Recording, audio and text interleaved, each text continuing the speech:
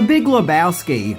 What is it? Is it a clever dialogue-heavy comedy? Is it a mad caper movie about cons and schemes? Or is it a deep philosophical look into early 90s Americana? Or is it just a simple tale about one man and the love he has for his rug, of which really ties the room together?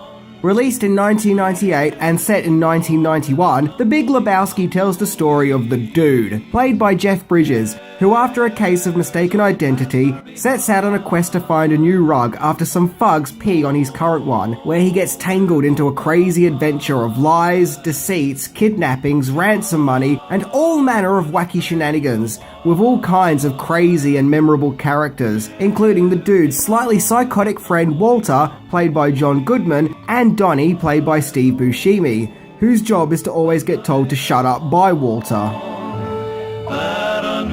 So get ready to go bowling down a surreal and trippy alley of insanity as we explore 10 things that you didn't know about the Big Lebowski. Let's drop in to see what condition you're in and check it out.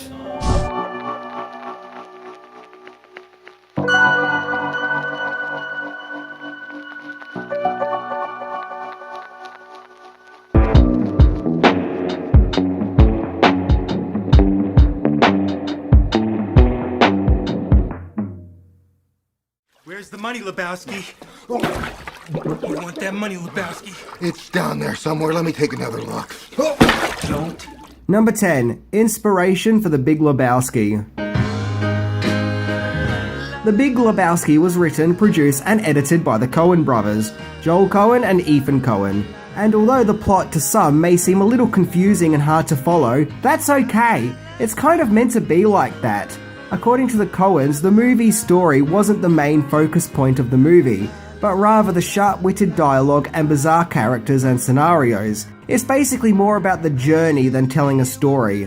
A strange experience, if you will. The Coens have admitted that the plot is secondary to the piece. The inspiration for both the story, or rather the story structure, is the works of Raymond Chandler, particularly The Big Sleep and The Long Goodbye. Chandler's stories often focus on characters and their experiences meeting other characters. Basically, the stories don't really matter, but rather it's the tales that happen in the journeys, of which are usually about solving some kind of mystery. Number 9. Several of the characters are based on real people. The Big Lebowski features some pretty far out there and strange characters, from the creepy bowling opponent, the Jesus, to the bizarre and violent nihilists, to the mysterious cowboy played by Sam Elliott. We could talk all day about the interesting and often confusing characters.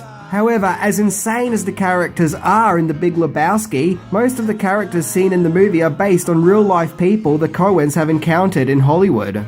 The main character, the Dude, is based on Jeff Dowd, who is a film producer and activist. The Coen brothers met him while trying to get funding for their first movie, Blood Simple. Dowd loved nothing better than drinking White Russians and even had the nickname the Dude. He also had a round tummy just like the Dude did in the movie. Walter is based on Red Dawn director John Milius, who like Walter often wears sport glasses and had a beard while seemingly obsessed with the Vietnam War. The Maud character, who was played by Julianne Moore, was based on Carolee Schneemann and Yoko Ono, both of whom are bohemian artists who have had similar styles to the fictional character. So given how out of this world a lot of the characters in The Big Lebowski are, it makes you think that Hollywood must be one strange place. Number 8. Casting Lebowski. When it came to casting The Big Lebowski, the one character who seemed to be most difficult to cast was that of Jeffrey Lebowski, as most of the actors who were approached for the role either didn't want to star in the movie or were unavailable. The Coens' number one choice for the part was Marlon Brando, and even had him in mind while writing the movie, but he couldn't star in the movie due to health reasons. Other actors who were approached for the role were Gene Hackman, Robert Duvall, George C. Scott and Anthony Hopkins. However, the actor who took the guise of the powerful, screaming Lebowski was David Huddleston, who is best well known for playing the kinder, sweeter role of Santa Claus in Santa Claus the Movie. Number 7. The movie was pushed back in order to use Jeff Bridges and John Goodman. Once the Coen brothers had written the script, they were ready to get into production to start filming in the mid-90s. However, the two main stars that they wanted to use weren't available, as John Goodman was filming episodes of Roseanne and Jeff Bridges was filming Wild Bill. So rather than going for different actors, the Coens postponed The Big Lebowski and went on to make Fargo instead, which came out 2 years prior to The Big Lebowski in 1996. So who knows, had they gone ahead and made The Big Lebowski as planned, we may not have gotten the brilliance that is Fargo. The irony being is that one theme in The Big Lebowski is how things tend to work out in the end. All I can say, it was worth the wait, as Bridges and Goodman are brilliant in their roles and totally make the movie what it is, and have great chemistry together. Oh, and it doesn't hurt that the Coen brothers got to make another masterpiece in the meantime. Number 6. The Brits to the rescue. Although The Big Lebowski is set and filmed around Hollywood, with many shots displaying the hot Californian sun, the film's producers who were financially backing the movie came all the way from wet and cold Britain, as the movie was produced and distributed by British film companies Polygram Films and Working Title. In the 90s in particular, Polygram had produced a lot of classic British movies, such as Four Weddings and a Funeral, Trainspotting, Jude, Bean, The Ultimate Disaster Movie, Spice World, Lock, Stock and Two Smoking Barrels, and Notting Hill, as well as producing the Coens' previous movie Fargo. Working Title, on the other hand, are a British division of Universal Pictures, whom also produced a lot of classic British movies, including My Beautiful Laundrette, The Tall Guy, Drop Dead Fred, and The Borrowers. And often Working Title and Polygram would produce movies together. So The Big Lebowski's production was literally transatlantic, spreading from the UK to California in the States. Number 5. The Coens wanted to give the movie a subtle retro look. Even though it was based in 1991, the Coens wanted to give the film a look that resembled the 60s and 70s, as if the movie looked like an era that was long gone. But they didn't want to go for obvious gimmicks like lava lamps. That's why the bowling element was used. It was a popular craze of the early 60s. The look the Coens went for was bright and pop, and even kish. And the visual look they went for totally works. The first time I saw The Big Lebowski, I did get confused as I thought it was set in the 60s, and yet it had a lot of 90s references. Basically, it's to show that the dude and Walter are products of their time and haven't moved on. As Walter would put it, out of their element. And that their experiences of the 60s and 70s has affected their current life, as the dude is a product of the hippie smoking era, whereas Walter is the result of the Vietnam War, as The Big Lebowski is shown through how the characters see the world. And not forgetting, of course, the movie's soundtrack, which actually featured a lot of rocking songs from the 60s and 70s, namely the Eagles. Number 4. It tanked at the box office. Despite the fact that The Big Lebowski is one of the most celebrated and most well-loved movies of all time, what with its performances and quotable dialogue, it's hard to imagine that when it came out, it absolutely tanked at the box office. Upon its release, it only made $5 million on its opening weekend, and would eventually make $46.2 million internationally.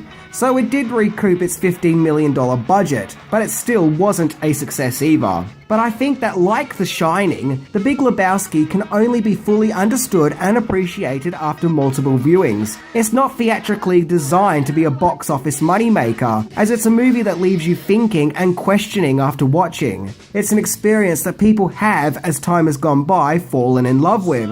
So back in 1998, audiences probably weren't ready for the wacky world of The Big Lebowski, as it was probably ahead of its time. But thankfully now, the movie's true genius has been fully realised, as it's a hugely celebrated cult movie, complete with conventions where fans even dress up as characters from the film, and the movie even spawned a religion known as the Religion of Dudism.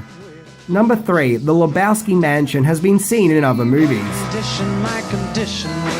The mansion that was used as Jeffrey Lebowski's mansion in The Big Lebowski is a very famous, well-known mansion called Greystone Mansion, which is situated in Beverly Hills. The mansion was built in 1928, and in 1971 was recognized in the National Register of Historical Places. The The mansion has been the location for many movies, TV shows, and even music videos, including MacGyver, Alias, Columbo, Death Becomes Her, The Muppet Movie, Ghostbusters 2, Rush Hour, X-Men, and Meatloaf's I Would Do Anything for Love But I Won't Do That music video. Among many, many, many more movies and TV shows. Basically, if there is a scene in a movie that requires a mansion, Greystone Mansion is the go-to mansion of choice. Number 2, Jeff Bridges' photography. When Jeff Bridges isn't performing in front of the camera, he often seems to have a love for photography behind the camera, and often while making a movie, Bridges will snap some shots and indulge his love of photography, capturing some very raw and interesting moments, and The Big Lebowski is no exception, as during the movie's shoot, he would often get out his camera and snap some truly awesome shots. I particularly love this selfie of him with Sam Elliott, which was taken before the selfie was even invented. His photos are truly captivating and give a rare insight into the making of The Big Lebowski, capturing the behind-the-scenes atmosphere. And going by the photos he's taken, it honestly looks like everyone had a lot of fun while making the movie. And it's just a joy to see photos that help us learn more about the behind-the-scenes of The Big Lebowski. The photos Bridges took even made it as a special feature gallery on some Big Lebowski home medias. Number 1. Alternative ending. The Dude's Rug is a MacGuffin that set the chain of events seen in The Big Lebowski in motion. It's what starts the wheels turning, so to speak. Yep, like some kind of insane ripple effect. Something as simple and unimportant as the Dude's Rug would lead to such an out-of-control oddball adventure / crime mystery. But the movie ends without us knowing if the dude ever gets his rug back. Will Maud return the one that she took back? Did she end up paying him for a new one? Or will the dude manage to get the old urine-stained one back? It's a mystery that will forever haunt movie audiences. However, producer Joel Silver originally wanted an answer for this question and wanted the movie to end with the dude finally getting a rug of his satisfactory. However, Joel and Ethan Coen had different ideas and decided to have the movie end without it being known what becomes of the dude's rug. Which, let's face it, is a better ending, as it kind of complements the dude's otherwise meaningless existence, rather than having the character get rewarded. The Big Lebowski was ahead of its time in 1998. I think that when people first saw it, whoosh, it just went straight over their heads. And they didn't really know what the hell it was they just saw or what to make of it. But thankfully, it can now be seen for what it truly is. A masterpiece. A straight up masterpiece. What makes it so compelling is the characters and situations that it creates, as it shows us a mundane person can be caught up in an out-of-this-world journey, even over something so simple and random as a rug. Anyway, I'm Minty, and remember, the dude abides.